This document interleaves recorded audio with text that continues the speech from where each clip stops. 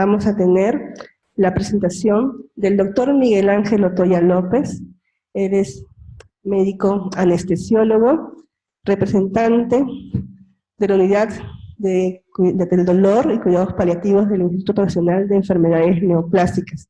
Para nosotros es un honor, doctor, que usted haya aceptado acompañarnos en este evento tan importante para nosotros en conmemoración del 4º aniversario del programa ADI Oncológica.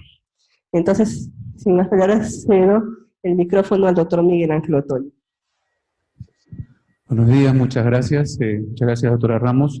Agradezco a la comisión de ADI Oncológica de aquí del Hospital Cayetano por la invitación y muy alegre de poder estar aquí y reencontrarme con caras amigas y caras conocidas, ¿no? Siempre los colegas que hemos tenido oportunidad de compartir algunas experiencias en el Instituto Nacional de Enfermedades Neoplásicas.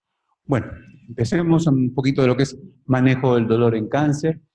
Bueno, primero es definir un poco lo que es el dolor, ¿no? El dolor en cáncer no solamente es un dolor físico, obviamente es un dolor orgánico que compromete estructuras nerviosas, sensoriales, ¿no? Pero también es un dolor de tipo total. ¿Por qué total? Porque puede ser un dolor social, puede ser un dolor económico, también es un dolor espiritual, es un dolor moral, ¿no? Social, ¿por qué? Porque la persona, desde el momento en que lo diagnostican de cáncer, es una persona que sale de su mundo, una persona que estaba acostumbrada pues a trabajar de lunes a viernes, el sábado reunirse con sus amigos, irse a tomar sus aguas espirituosas, ¿no? En caso de los varones, en el caso de las chicas, salir a comer, de compras. Entonces, desde que le diagnostican la enfermedad de cáncer, esto cambia. Cambió su mundo, empieza a ir al hospital por una cosa, por otra cosa, entonces como que la situación cambió. Cambio moral, ¿por qué? Porque el paciente pues pasa de ser, en caso de ser el padre de la familia o el abuelo de la familia, pasa de ser pues el patrón, pasa de ser el soporte económico, espiritual, moral de la familia, ¿no? En donde muchas personas tienen centradas sus esperanzas o el apoyo de todo tipo, pues pasa a ser una persona que necesita ser apoyado, necesita ser ayudado, ¿no? Entonces, cambió también de ese sentido. Desde el punto de vista económico, muchas gracias. También, ¿por qué? Porque no sé, a veces en el hospital muchos tenemos experiencia de que los pacientes, a pesar de que tienen CIS, a pesar de que tienen ayuda, pues dicen, doctor, ¿quién me paga el taxi? O yo vengo desde tan lejos, o he tenido que vender pues mi chacrita, mi burrito, ¿no? He tenido que vender mi casa, mi departamento para poder curarme de esta enfermedad. Entonces también por ahí vemos que hay un desarreglo, ¿no? Y espiritual, ¿por qué? Porque la persona que tiene pues la enfermedad esta oncológica dice, Señor, lo que hace es levantar sus manos al cielo y dice, Señor, ¿por qué yo? ¿O por qué mi papá? ¿O por qué mi hijo que tiene 2 años tiene esta leucemia que lo está pues matando, ¿no? Entonces también, ¿no? Entonces empieza el paciente, el familiar empieza a interrogarse, empieza a cuestionarse todo, ¿no? Pacientes que son católicos durante años, reniegan de su fe, se vuelven cristianos. Los cristianos pasan a ser testigos pasan a ser, bueno, empiezan a hacer una variopinta buscando la respuesta a esta enfermedad, ¿no? que nos atañe en este momento. Siguiente, por favor.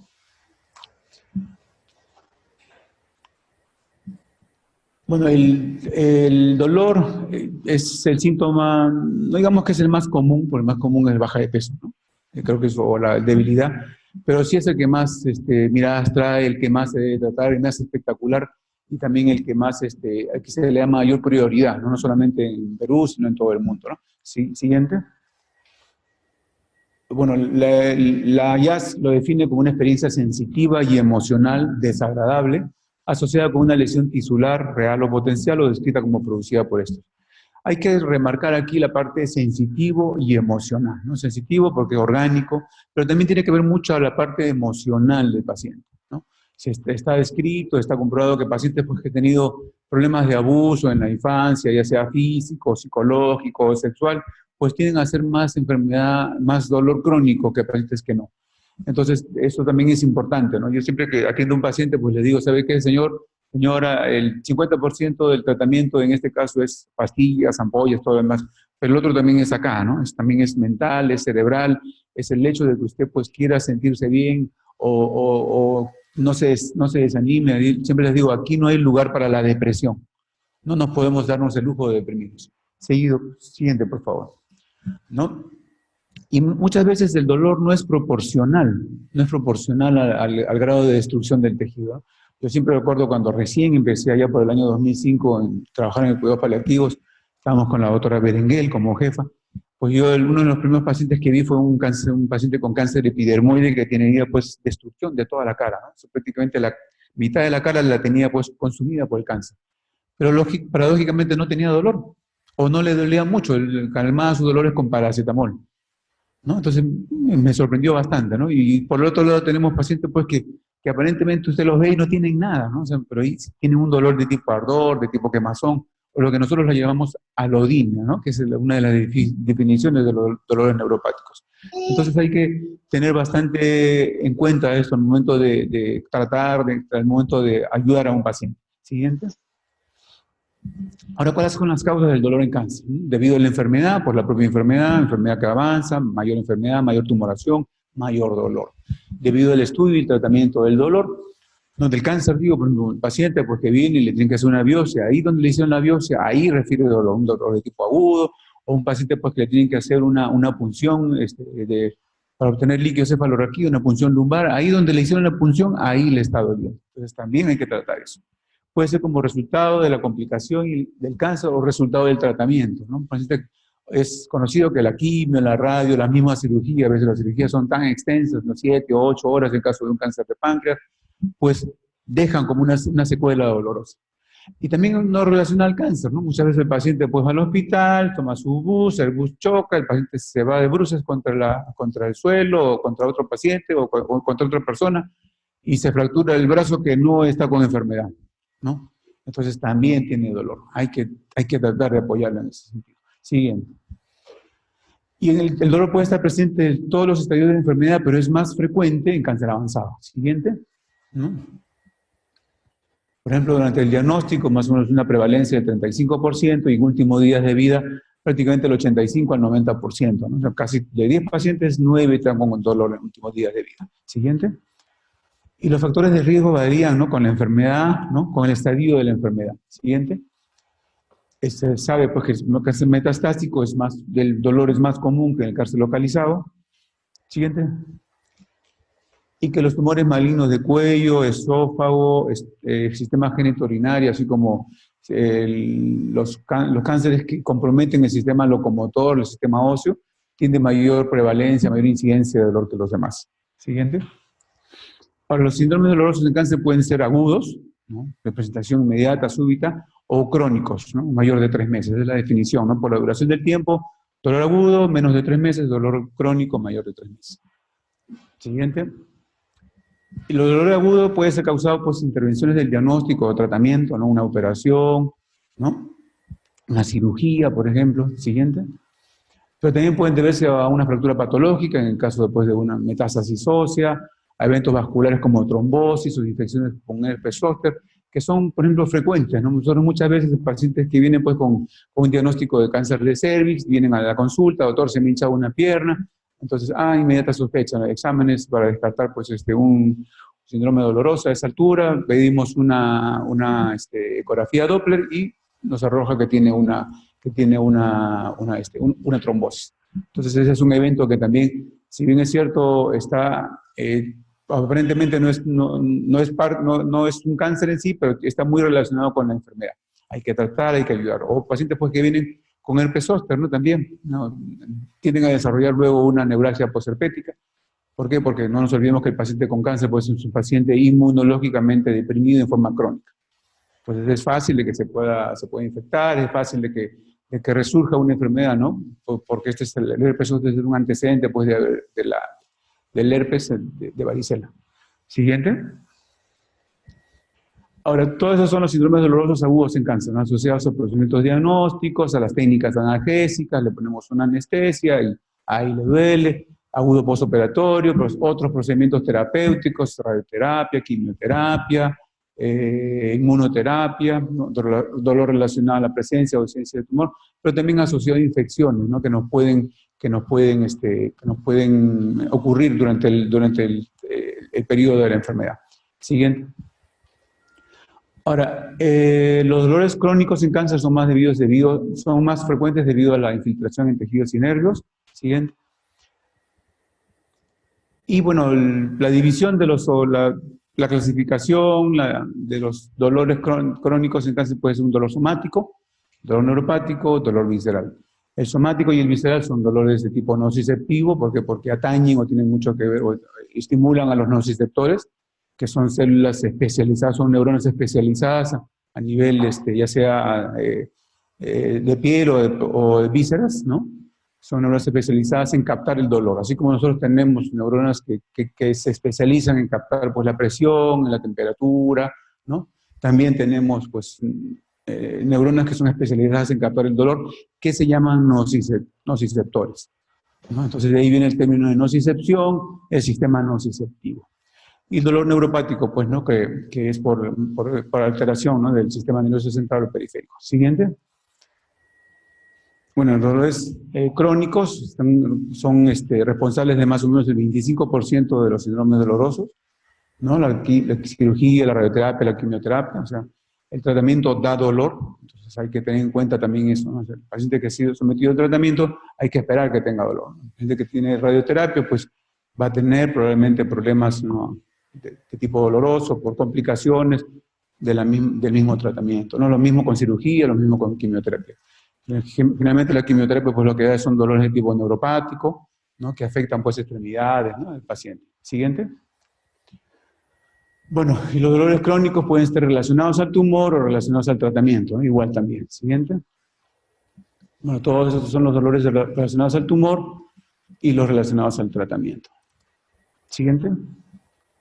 Bueno, este es un esquema, ¿no? De cómo el dolor es producido a nivel periférico, es transportado, ¿no? Es comunicado al sistema nervioso superior, donde el sistema nervioso superior, la corteza cerebral, pues es la encargada de identificar el dolor, ¿no?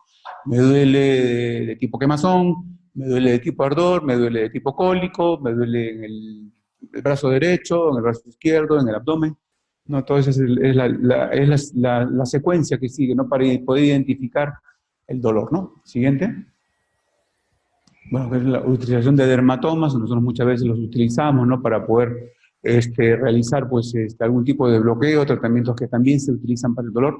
Lamentablemente, como en este momento la unidad está pasando por un periodo de reacondicionamiento, estamos en una zona bastante pequeña, ya nos están construyendo una torre donde vamos a poder tener pues espacio para realizar procedimientos que como anestesiólogos nosotros normalmente los podemos realizar. Actualmente no lo estamos haciendo ya desde más de un año porque estamos en una zona bien pequeña, estamos en una zona de emergencia, por así decirlo, ¿no? Pero normalmente nos podemos hacer pues bloqueos a nivel S1, S2 para los dolores de tipo neuropáticos por cáncer de cervix, por cáncer de recto, ¿no? También todo eso.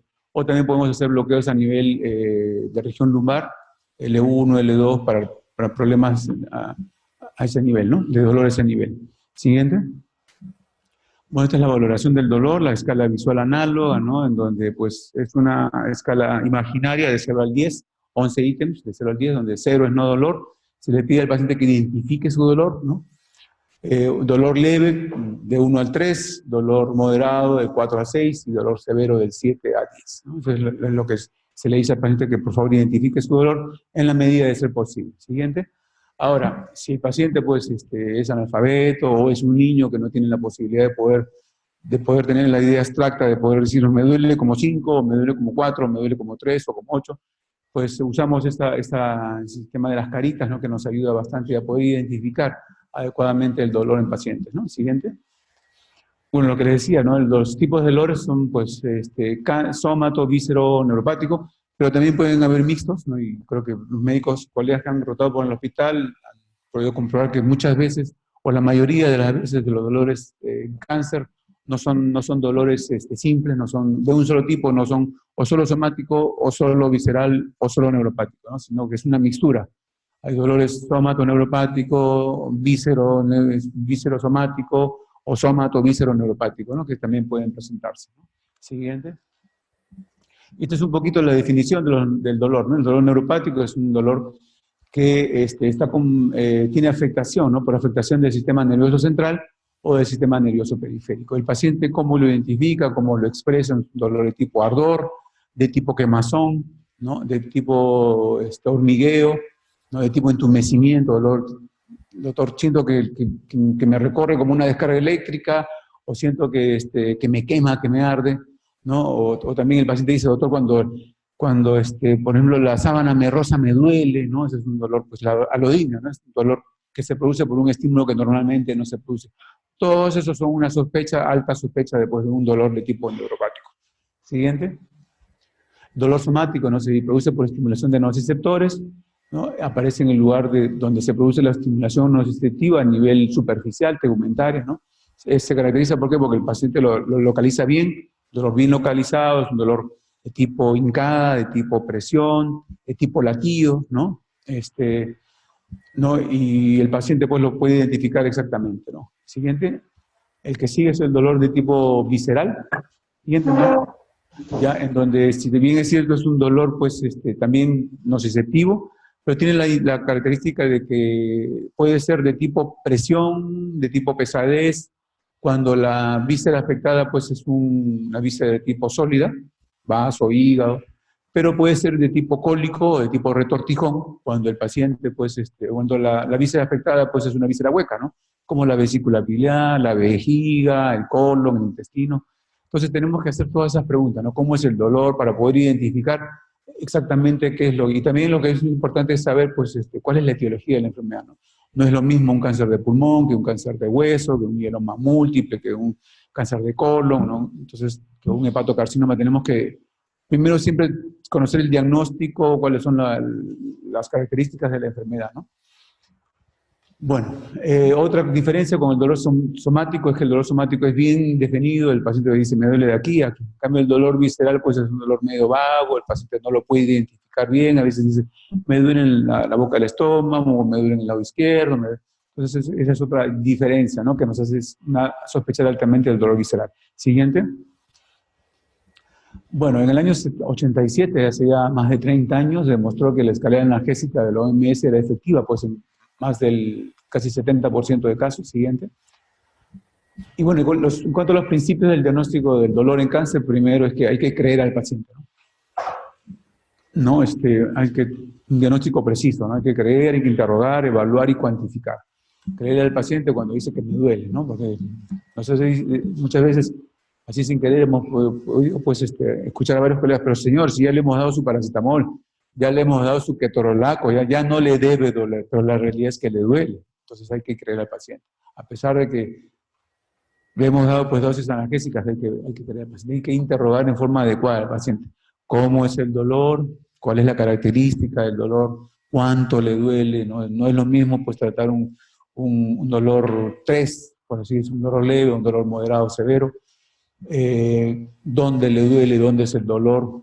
¿Qué está tomando para el dolor? No es lo mismo que venga un paciente con un EVA 4 que está tomando tramadol o morfina, ¿no? A un paciente pues, que venga con el mismo EVA 4 porque está tomando paracetamol o que no toma nada, porque es así. Muchas veces los pacientes llegan y dicen, doctor, no me han dado nada en consultorio. Hay consultorios me dicen que aquí me van a curar de mi enfermedad y mis dolores. Eso es lo que nos dicen. Entonces, bueno, entonces hay que evaluar eso. Hay que evaluar al paciente tanto con la anamnesis, o sea, pregunta. Muchas veces tenemos pacientes, por ejemplo, que son alérgicos a la morfina, ¿no? O sea, ¿no? Entonces, ¿qué hacemos con estos pacientes? ¿O son alérgicos al tramadol? ¿O simplemente que el tramadol se lo dieron, o le dieron el opioide, la codeína, y no le dieron un antimético? Entonces el paciente, pues, le calmó el dolor, pero a los 2 días empezó a vomitar, y ya no quiere saber nada con el medicamento. Hay que tener en cuenta eso también, ¿no? Hay que cuantificar cuánto es lo que está tomando, cuánto es el dolor. De ser posible, el tratamiento debe ser etiológico, ¿no? ¿Cuál es la etiología del dolor? ¿Es un dolor por trombosis? ¿Es un dolor por leucemia? ¿No? ¿Cuál es la característica de la leucemia? Los blastos se acumulan dentro de la médula ósea, esos son los que ocasionan el dolor en el paciente. Es un dolor por una fractura ósea, es un dolor por una metástasis cerebral y tiene cefaleas. Entonces tenemos que tratar el dolor, ¿no? Nosotros en medicina paliativa, yo siempre les digo a mis residentes, nosotros no somos grandes, no curamos la enfermedad, no hacemos grandes operaciones, no damos grandes radioterapias ni grandes quimioterapias. Nosotros lo que nos dedicamos es a identificar síntomas. Pero esos síntomas tienen que ser bien identificados. No es lo mismo, pues, tratar un síntoma, como yo digo, no todos los dolores se curan con tramadol, no todos los dolores se curan con morfina, ¿no? Así como no todas las náuseas y los vómitos se tratan con dimiglinato, ¿no? Hay que identificar cuál es la etiología del síntoma. Y el servicio es medicina paliativa y tratamiento del dolor, ¿no? Muchas veces en el hospital los colegas nos dicen, allá van los dolorosos, ¿no? Dicen, ¿no? Y bueno, pues nos han identificado como los dolorosos porque tratamos dolor, pero la verdad es que tratamos muchos más síntomas. Náuseas, vómitos, estreñimiento, cefalea, disnea, ¿no? Entonces, pero todos esos y cada uno de esos síntomas tenemos que identificarlos para poder tratarlos adecuadamente. Hay que fijar objetivos realistas, ¿no? Paciente que vive con un dolor intenso, 7, 8, 9 EVA, no le vamos a prometer que le vamos a quitar el dolor. ¿Por qué? Porque muchas veces el dolor es tan intenso y sería necesario pues, darle dosis tan altas de analgésicos que puede comprometer la función cognitiva. Entonces hay que ser realista con el paciente, ¿no? Además, se dice que un tratamiento que te disminuye el dolor en un 50% puede considerarse un buen tratamiento. Entonces, si yo tengo un 8 o un 9 de EVA y le bajo a 3 o 4, pues estoy haciendo bien. Puedo bajarle a 1, pero lo hago dormir todo el día. Y no come, no interacciona, no está durmiendo todo el día, pero está sin dolor. Pero eso tampoco es la situación, ¿no? Entonces tenemos que ser realistas con el paciente. ¿Sabe qué, señor? Vamos a bajarle el dolor en una medida en que usted pueda pues, comer, pueda estar con su familia, pueda hacer sus actividades restringidas, pero va a tener un poquito de dolor. Pues eso, y sobre todo en cáncer, eso es más difícil de poder realizar. Hay que prevenir los dolores, ¿no? Hay que evitar que el paciente pues, tenga ¿por qué?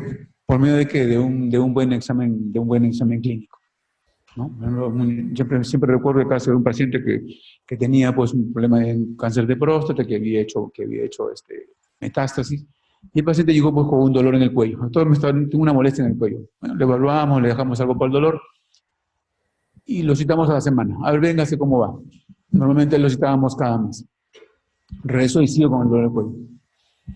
Revisamos la historia, había tenido metástasis a las articulaciones por el mismo cáncer de próstata. Le pedimos una resonancia de región cervical. Salió la resonancia, tuvimos que hacer inclusive un informe, porque en ese tiempo pues, nos pedían hacer informe y todo lo demás, por lo costoso que es el procedimiento, pero le salió pues, una metástasis a nivel de C3, C4. Un peligro de que el paciente se quede parapléjico, ¿no? Entonces, inmediatamente con ese resultado lo mandamos a emergencia lo evaluó, lo derivó a radioterapia, radioterapia le dio un tratamiento de shock, ¿no? para esa metástasis y el paciente superó ese problema. Entonces, el dolor pues como un síntoma para evitar futuras complicaciones. Entonces, hay que estar nosotros atentos siempre, ¿no? Está bien, tratamos el dolor, pero hay que estar pendientes de todas las complicaciones que puede ir presentando nuestro paciente. Evitamos que ese paciente pues, caiga en un problema de síndrome de compresión de la médula ósea, que se quede paralizado. Y usted lo veía al paciente cada vez que venía a consulta, venía así con su corbatita, con su saquito, su maletincito, y era un señor que trabajaba haciendo documentos, o sea, trámites documentarios. Y él estuvo con nosotros 4 o 5 años más, sacó a sus hijas adelante, se hicieron profesionales técnicas, en diversas, pero cuando el señor falleció, pues sus hijas salieron bien, ¿no? Él estuvo con nosotros alrededor de 8 años. Pero ese evento, pues, después de ese evento permaneció con nosotros 4 o 5 años más, ¿no? Pero bueno, tuvimos la satisfacción, pues, de verlo seguir adelante, de apoyar a su familia, de sentirse útil, de darle calidad de vida a su familia, a él mismo. Hay que reevaluar regularmente el dolor y ajustar el tratamiento. ¿Por qué? Porque el dolor hoy día ya no hoy día de una característica, de aquí a 2, 3 semanas, 4 semanas ya no va a ser igual. Hay que evaluarlo. Nosotros no le damos tratamiento y decimos, ya nos vemos, ya no lo tratamos más, sino lo reevaluamos. Cada 2 semanas, cada mes, cada 2 meses, en el caso de lo que está más estables. ¿Por qué? Porque el dolor así como aumenta y necesitamos incrementar la dosis, también el dolor disminuye. ¿Por qué? Porque la radioterapia hace efecto, la quimioterapia hace efecto, la cirugía hace efecto. Entonces hay que estar conscientes de todas esas situaciones que puede presentar el paciente. Siguiente, por favor. Hay que prevenir los efectos secundarios del tratamiento. Muy bien, le calmamos el dolor, está excelente el paciente, pero hace 4, 5, 6 días que no defeca. ¿Por qué? Porque el medicamento le puede causar estreñimiento, ¿no? Los opioides estreñen. Entonces hay que darle, pues, asociarle un coadyuvante, un antiemético, en caso de que tenga náuseas, vómitos, un laxante, en caso de que tenga estreñimiento. Hay que mantener la autonomía del paciente tanto como sea posible. Si nosotros tenemos la vía oral que le funciona bien al paciente, ¿por qué vamos a tratar de darle otra vía? Una vía endovenosa, una vía intramuscular, ¿por qué razón? Mejor la vía oral. Agotemos esas vías que le dan autonomía al paciente para que él pueda hacer sus actividades. Siempre recuerdo el caso de un paciente que venía en la consulta, él recibía morfina subcutánea de 20 miligramos cada 6 horas, venía con su alita. Y nosotros siempre nos indicaba porque él siempre estaba apuradito, como que apuradito. Le digo, ¿usted por qué se apura tanto? Le digo, ¿cuál es su necesidad de que esté tan apurado? No, doctor, es que yo de aquí vengo de hacer taxi y me voy a seguir haciendo taxi, me dice. ¿Así? Sí, nos decía.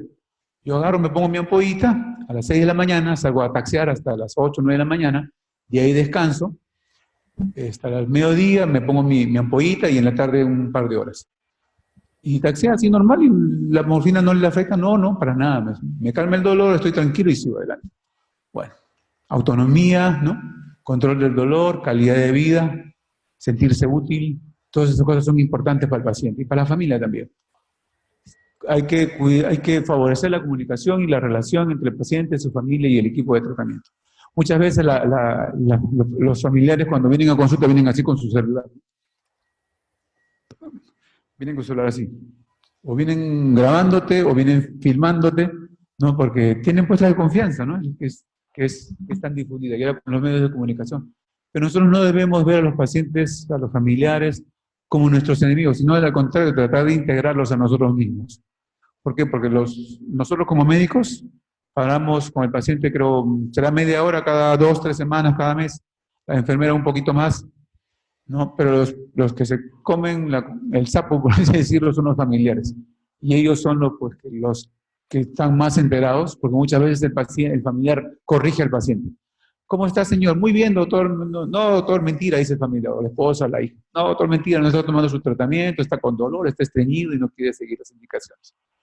Esos son aliados. Entonces hay que ver a los familiares como aliados para nosotros. Cuidados de prevención y de confort. Hay que tener siempre, pues, esos pequeños tips que se le da a los pacientes, a los familiares acerca de cómo ir mejor con su tratamiento, ¿no? Muchas veces el paciente pregunta, doctor, ¿y puedo comer frutas? ¿Puedo comer verduras? Claro, frutas, verduras, ¿no? Obviamente las verduras que sean bien limpias, que sean cocidas, para evitar el estreñimiento, ¿no? Y cosas así, ¿no? Bueno, siguiente. Ese es el esquema de tratamiento terapéutico de la OMS, ¿no? Dolor leve, opioides, no opioides, dolor moderado, opioides débiles, más no opioides, codeína, tramadol, petidina, y opioides potentes desde morfina para arriba. Siguiente. Bueno, se le agregó una baranda analgésica en donde pues otras medidas, entre las medidas complementarias, también bloqueos, pueden ser educación, psicología y todo lo demás, ¿no? Siguiente. Es un poco de todo, ¿no? Medidas adicionales en el manejo del dolor en el paciente. Educación, programación, hipnosis, fisioterapia, bueno, tantas cosas que están saliendo, que están ayudando al paciente, que no son malas, pero hay que saber manejarlas y hay que saber implementarlas al tratamiento convencional médico, ¿no? Que nosotros tenemos. Siguiente. Últimamente pues está de moda la marihuana, ¿no? Todo el mundo quiere ser doctor, ¿y cuánto es? ¿Y cuánto hay que darle? ¿Y dónde lo consigo? Pucha, y a veces, yo honestamente no tengo experiencia alguna con el tratamiento de marihuana, entonces les tengo que decir la verdad, ¿sabes qué? Yo no tengo experiencia con la marihuana. No tengo no sé ni las dosis, ni la presentación, ni otro. En algún momento vamos a tener que saberlo, ¿no? Porque hasta que se empiece a regular las normas que empiezan a salir acerca de este tratamiento, ¿no? Bueno, los AINES y paracetamol forman parte del primer escalón de la OMS, son efectivos para tratar los dolores moderados, leves a moderados, de tipo somático agudo, ¿no? Y van muy bien en combinación con opioides potentes. Muchas veces los pacientes dicen, doctor, yo que estoy tomando morfina, ¿para qué me dan paracetamol? ¿O para qué me da ibuprofeno si no me hace efecto? Lo que nosotros le decimos es que estos medicamentos lo que hacen es potencian el efecto analgésico de los otros medicamentos, ¿no? Un ejemplo muy claro tenemos pues la asociación tramadol-paracetamol, ¿no? Otro ejemplo, nosotros teníamos, antes había pues la lusadeína, que era la asociación de codeína con paracetamol. En otros países hay oxicodona con paracetamol.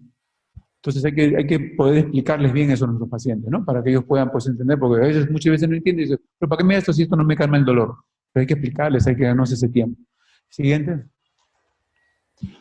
Bueno, y la ventaja de los AINES es que, bueno, tienen formulaciones disponibles en casi todos los tipos de administración, pero tienen una dosis techo y también tienen efectos colaterales, ¿no? Siguiente.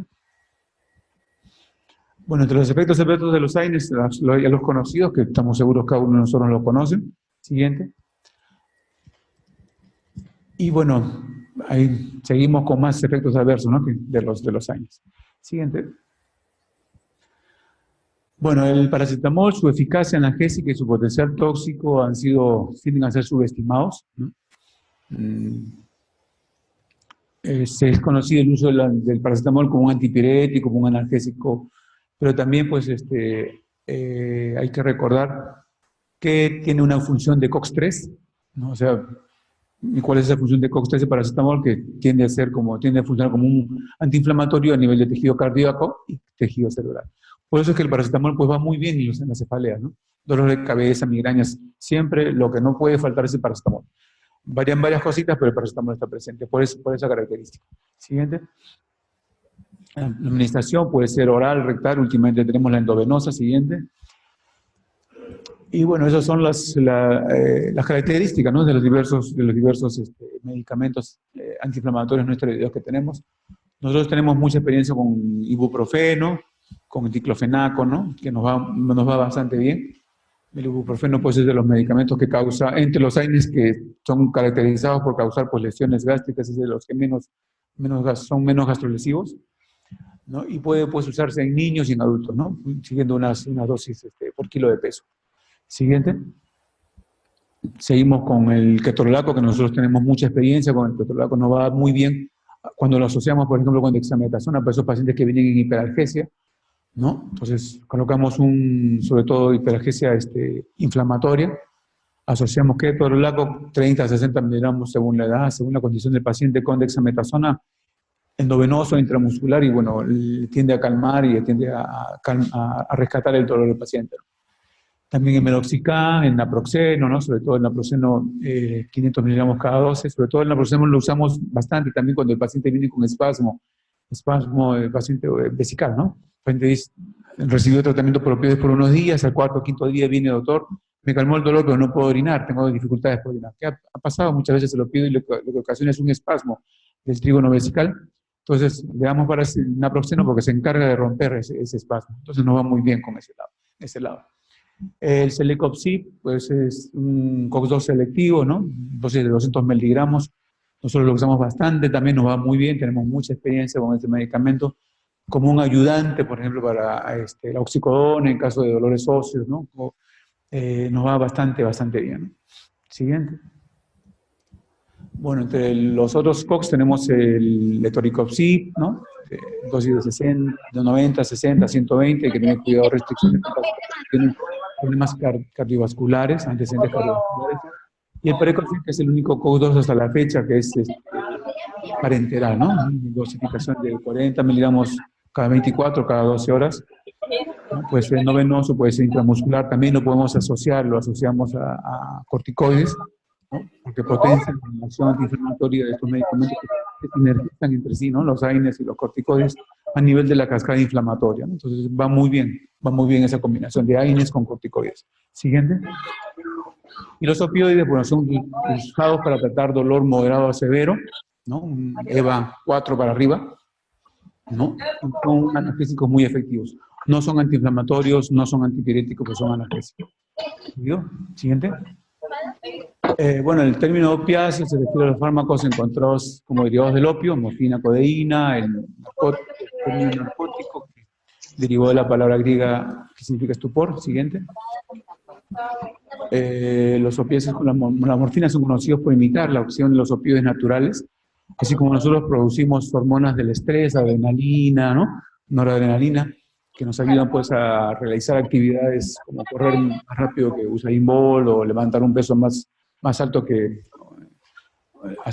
el mismo Schwarzenegger, ¿no? Entonces nosotros también producimos opioides, ¿no? Y se dice que estos opioides pues, están distribuidos a nivel, ¿no?, el cerebro y la médula espinal. ¿Cuándo se liberan? Cuando el paciente, la persona, pues pasa por una etapa muy dolorosa, o una etapa de mucho estrés intenso, ¿no? Se dice que hay el síndrome de la buena muerte, que ustedes lo deben haber escuchado, un paciente que está pues durante 3, 4 días, normalmente dice se va a morir, está mal, está mal, está mal.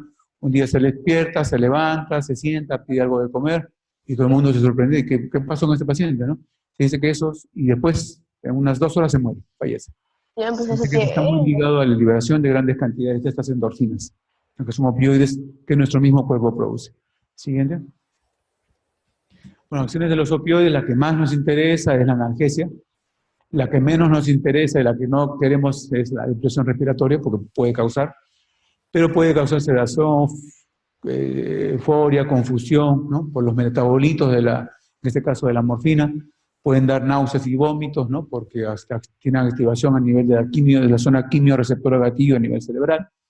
Pueden causar estreñimiento también, ¿no?, por la acción a nivel de los músculos del tubo digestivo, ¿no? Constriñen los circulares internos y relajan los longitudinales externos, entonces causa que el bolo alimenticio esté más tiempo dentro del intestino, y también causa inmunosupresión. Hay que ser realistas con eso, ¿no? Opioides pueden causar pues, disminución de la alteración del sistema protector, ¿no? Siguiente. Bueno, hay un término que se llama conversión de opioides, que es cómo dar el mismo opioide por diferentes vías, ¿no? Darlo por vía oral, por vía subcutánea, por vía intramuscular, por vía endovenosa, por vía intratecal, por vía epidural, ¿no? Puede darse por la presencia de náuseas y vómitos persistentes. Bueno, estoy tomando un medicamento, un opioide tramadol, que sabemos que es el opioide que más náuseas da. Lo tomo y pues no me dieron un antimético adecuadamente. Al segundo día regreso con náuseas, vómitos. Hay que cambiar esa ruta.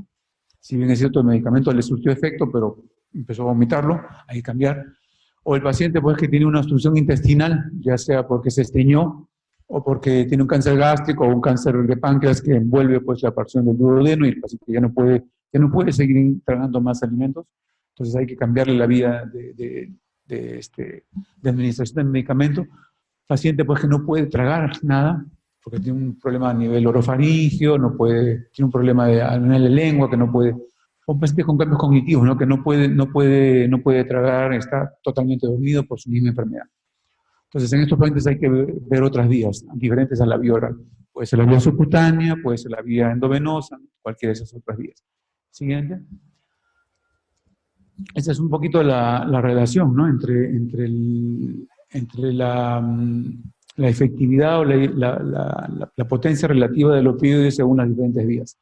Si yo tomo, pues, el opioide por vía rectal, ¿no?, aquí en Perú no lo tenemos, pero en otros países sí hay, más o menos el valor de la potencia de esos opioides, o la efectividad del opioide, mejor dicho, sería pues de 1 a 1, ¿no? ¿Por qué? Porque yo tomo el medicamento por la boca, estómago, intestino delgado, intestino grueso, sistema porta, hígado lo metaboliza el 90 o 95% del medicamento, y recién lo suelta a la circulación en general. Lo mismo sucede con la vía rectal. Pero la vía subcutánea, la vía intramuscular, la vía endovenosa evitan el primer paso hepático. Entonces es necesario conocer esto para poder, pues, saber que hay que dar diferentes dosificaciones según la vía de administración del opioide. No es lo mismo dar un tramadol, una codeína, una morfina de 30 miligramos vía oral, que darlo endovenoso, que darlo subcutáneo. Entonces hay que tener este cuidado. Muchas veces el paciente llega a emergencia recibiendo, pues, 30 miligramos de morfina, pero llega por un problema de sangrado que no tiene nada que ver con su dolor. Muy bien, el paciente la emergencia lo reciben, le ponen su tratamiento para el sangrado, lo hospitalizan un par de días para el control, pero como dicen, bueno, está recibiendo 30 de morfina vía oral cada 8 horas, le pasamos 30 de morfina endovenoso 8 horas. Al segundo o tercer día el paciente está planchado. ¿Por qué? Porque la conversión del opioide es 3 veces más. O sea, si yo le doy por vía endovenosa, es como si yo le diera no 30, sino le diera 90 miligramos de morfina. Entonces, al final le estoy, pues, triplicando la dosis, ¿no? A veces sucede el caso contrario. El paciente que está hospitalizado está recibiendo, pues, su codeína por vía oral o su morfina por vía endovenosa, su morfina por vía endovenosa, se soluciona el problema, le dan de alta y le mandan con la misma dosificación por vía oral. Al tercer, cuarto día el paciente viene con dolor, que no puede controlarlo. ¿Por qué? Porque no hemos conocido, no sabíamos que había esa variación, ¿no? Entonces hay que conocer esa situación siempre. Bueno, un medicamento que se da por vía epidural, la morfina se puede dar por vía epidural, se puede dar por vía intratecal, es de 10 a 100 veces más efectiva que darla por vía oral. Entonces, si yo un paciente que recibe morfina 100 miligramos al día, si se lo voy a dar intratecalmente, que es posible dárselo, ya no voy a necesitar los 100 miligramos, sino solamente 1 miligramo. Siguiente. Y hablamos de rotación de opioides, es cuando el paciente, pues, hay que cambiar el opioide. El paciente que está recibiendo codeína, ¿cómo lo cambio a morfina? El paciente que recibe morfina, ¿cómo lo cambio a metadona, ¿no? Entonces hay que tener eso. Sucede cuando el paciente no tolera los efectos secundarios del opioide, por ejemplo, es un paciente que recibe codeína, le va muy bien con el dolor, pero lo estreñe tanto que ya no puede seguir tomando, entonces necesita cambiar el medicamento, o cuando tiene pobre control del dolor. Muchas veces este pobre control del dolor, lo primero que hacemos es aumentamos la dosis. El paciente que recibe tramadol, 50 cada 8, antes de pasar a morfina o a tapentadol, otros medicamentos, oxicodona, pues usualmente lo que tengo que hacer es subir y de ahí ver si es que me es efectivo o no. Siguiente. Lo que les decía, ¿no? En caso de pobre control del dolor, es usual el incremento de la dosis antes de la rotación del opioide. Entonces, conversión de opioides es el mismo opioide dado por diferentes vías, vía oral, subcutánea, intramuscular. Rotación de opioides es cambio de opioides. ¿Pero cuánto le damos? Esa es la pregunta, ¿no? Siguiente. La rotación de opioides toma ventaja de la falta de tolerancia y requiere un gran conocimiento de la dosis de opioide equivalente entre los mismos opioides, la equianalgesia. Siguiente. Se debe considerar por el manejo del dolor no controlado en lugar de los efectos colaterales y se debe dosificar según las recomendaciones analgésicas. Siguiente. Hay que tener en claro pues estas variaciones, ¿no? Diferencias individuales en el momento de realizar la equianalgesia, ¿no? No es lo mismo, pues, sabemos que un medicamento no se puede, o tiene problemas cuando se elimina, por ejemplo, cuando el paciente tiene un problema de función renal, por ejemplo, ¿no? Entonces hay que evitar darle ese medicamento, ¿no? Por ejemplo, la buprenorfina va muy bien en pacientes que tienen problemas renales. Entonces es una buena opción en ese lado, ¿no? Siguiente. Y esta es un poquito la equianalgesia, ¿no? Si tomemos a la morfina como uno, creo que el doctor Palacios les va a explicar muy bien en forma práctica ya lo que yo les voy a dar un pequeño esbozo. Vemos que lo que está por arriba son menos potentes que la morfina, lo que está por abajo son más potentes que la morfina, ¿no? La codeína es 10 veces menos potente que la morfina, ¿por qué? Porque cuando yo tomo la codeína, considerada como una prodroga, el 10% de esta se transforma en morfina. La meperidina, 5 a 10 veces menos potente que la morfina, que es el tramadol, que es 7.5 veces menos potente que la morfina, o sea, más o menos 20 miligramos de morfina equivaldrían a 150 miligramos de tramadol. El tapentadol, que es un medicamento nuevo que recién ha salido, es 3 veces menos potente que la morfina, es un poco el eslabón perdido que teníamos entre el tramadol y la morfina. La oxicodona es 2 veces más potente, la metadona que recién está reingresando al país, gracias a Dios, y a la buena gestión del ministerio, ¿eh? Que representado por el doctor Palacio, que nos va a acompañar, ¿no? Ya tenemos metadona en el país, tenemos esa buena noticia, que es un medicamento bien especial, es un opioide totalmente sintético, pero que tiene la particularidad de que puede ser, según la dosificación, de 3 a 10 veces más potente que la morfina. También hay alteraciones en cuanto a su ciclo de vida media.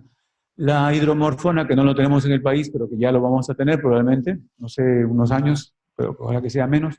La buprenorfina, que lo tenemos en presentación en parches. El fentanilo también en parches, en ampollas. El remifentanilo es un fentanilo que ya son medicamentos anestésicos que son hasta 500 veces más potentes. Últimamente en el Congreso de Anestesiología me he enterado que hay un medicamento que es hasta 1000 veces más potente que la morfina, que es algo del alfentanilo, creo que es. Siguiente, por favor. Y bueno, entre los efectos colaterales de los opioides, estreñimientos, náuseas, vómitos, cambios cognitivos, pruritos, el paciente que dice, doctor, me da la morfina y me empieza a picar el cuerpo, hay que darle algo para esa picazón. Y la depresión respiratoria, que es la que más tenemos. Siguiente.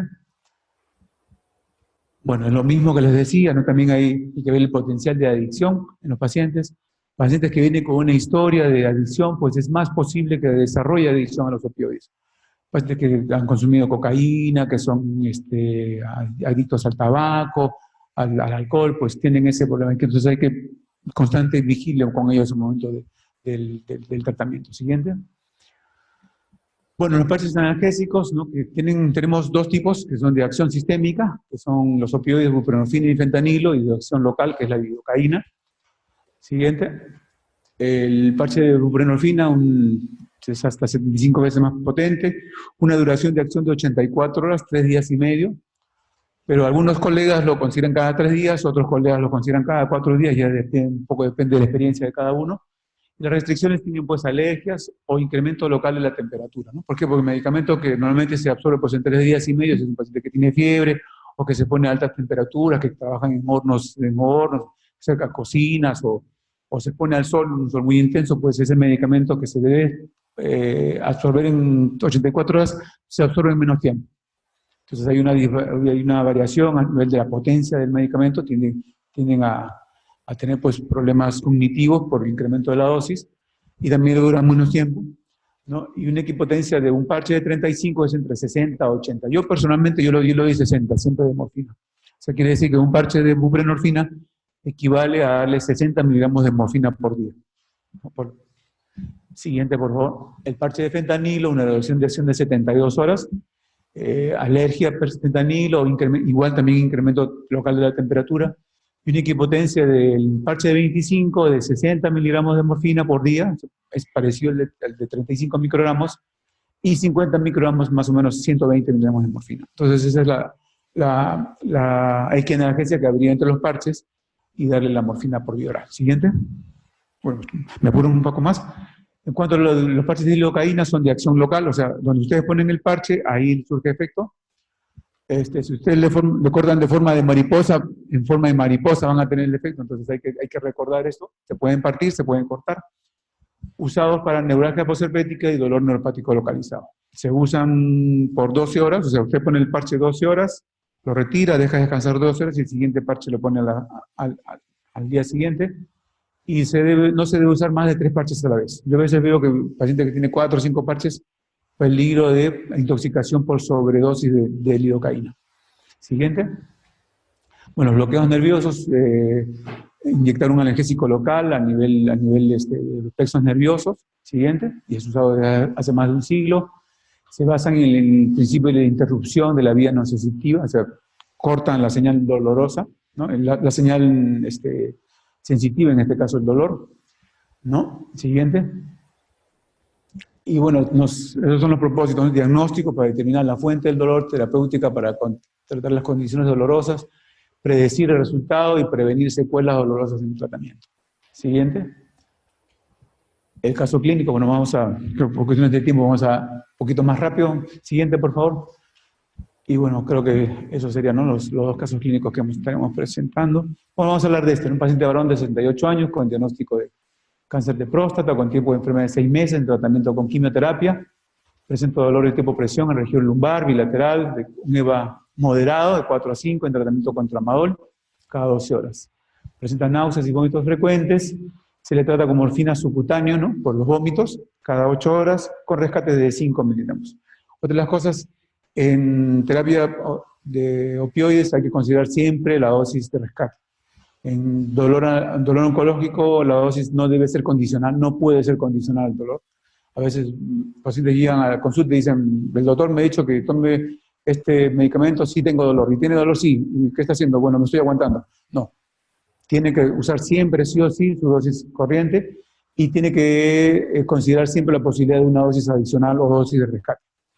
¿Cuánto es la dosis adicional? Es el 25% de la dosis total diaria en caso de opioides débiles y es el 10 al 20% de la dosis total diaria en caso de opioides potentes, ¿no?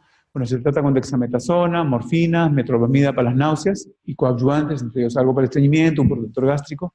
Después de 4 meses se evidencia metástasis ósea, ¿no? Por progresión natural de la enfermedad en región lumbosacra, ¿no? No controla dolor con la morfina cada 8 horas presenta dolor de tipo hincada y ardor irradiado a la región perineal, que eso es lo que tienden a presentar los pacientes. En este caso, como ya hay una metástasis a hueso, el oxicodona tiene mejor aceptación, mejor acción sobre los dolores, sobre el tejido óseo, ¿no? Entonces aportamos oxicodona, agregamos un antiinflamatorio por unos días y coadyuvantes y adicionamos con un bloqueo caudal, ¿no? Para el tipo de dolor que está presentando el paciente. Bueno, eso que sería siguiente. Sería todo por ahora y bueno, una hora es vida y hay que vivirla lo mejor posible. Si hay preguntas, mucho gusto, si no creo que pasamos al siguiente dependiendo de eso. Gracias. Bueno, agradecemos la excelente ponencia del doctor Miguel Otoya y le vamos a hacer entrega de la constancia, doctor. Gracias. Bueno, ahora en espera de las preguntas.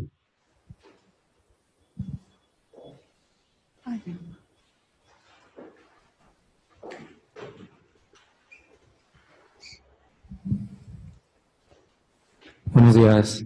Doctor, quería hacerle una consulta en cuanto al bloqueo de rama, ¿no? Tenemos una paciente oncológica que estaba recibiendo, bueno, terapia del dolor, todo eso, pero además estaba complicada con una neuralgia del trigémino. Y recuerdo que ella había venido, bueno, según lo que refieren sus familiares, le habían hecho un bloqueo de rama. Pero no había pasado 24 horas, pero el dolor persistía. Y mi pregunta era, ¿cuánto tiempo normalmente puede durar un bloqueo de rama cuando se realiza?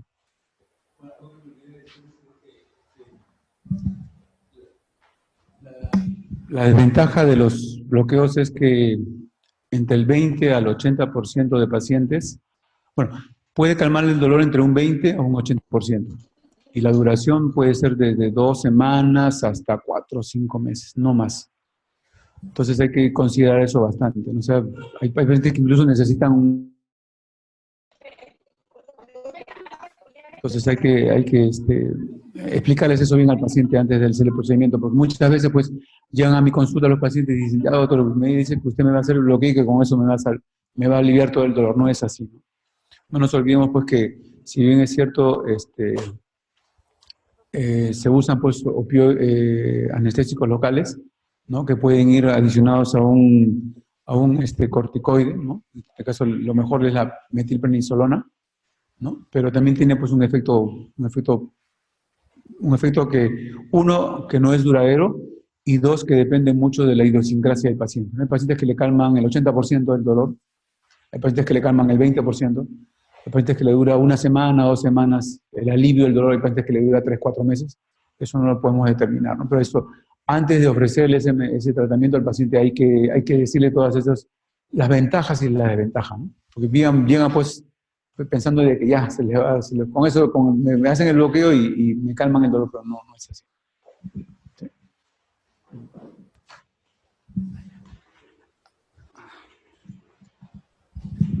Doctor, buenos días. Mi pregunta es, ¿a cuánto tiempo de iniciado el tratamiento con opioides se puede reevaluar al paciente para ver los efectos adversos y la adherencia al tratamiento? Bueno, normalmente debe ser entre 72 a 96 horas, ¿no? Entonces, ese es el tiempo cuando los pacientes vienen a nuestra consulta. Nosotros, sobre todo un paciente nuevo o un paciente descompensado, o sea, que no está manejando bien su dolor, nosotros lo citamos entre los 3 a 5 días, ¿no? 4 o 5 días para que él pueda, si el paciente no puede venir porque se le hace dificultoso, porque vive muy lejos, que venga un familiar a informarnos de cómo le va con el tratamiento. Ahí reevaluamos lo que es dolor, reevaluamos lo que es los síntomas asociados que pueden aparecer, náuseas, vómitos, estreñimiento, o algún otro síntoma que puede aparecer en el camino, ¿no? Puede aparecer fiebre, puede aparecer disnea. Entonces esa es la situación. Evaluarlo en 24 horas, 48 horas, como que no ayuda mucho. No es muy fidedigno, ¿no? Entre 3 y 5 días es lo más adecuado. Bueno, entonces, como no hay más preguntas del auditorio, vamos a ver las preguntas.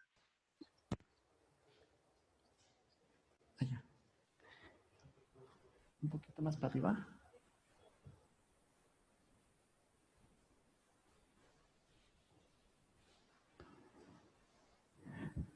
Ahí coloca, muchas gracias, los profesionales médicos. Un poquito para arriba. Ajá. Un poquito más. Bueno, muchas veces los profesionales médicos evitan dar malas noticias. Eso ya se hizo.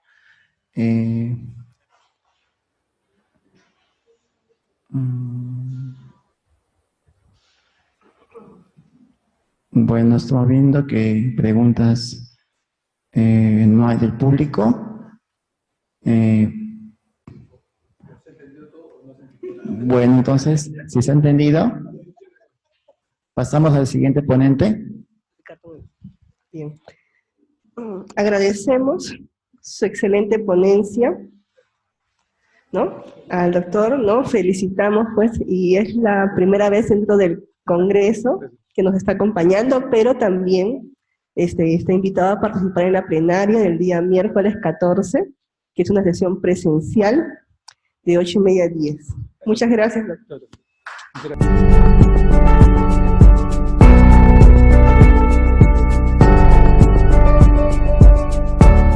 Gobierno del Perú. El Perú primero.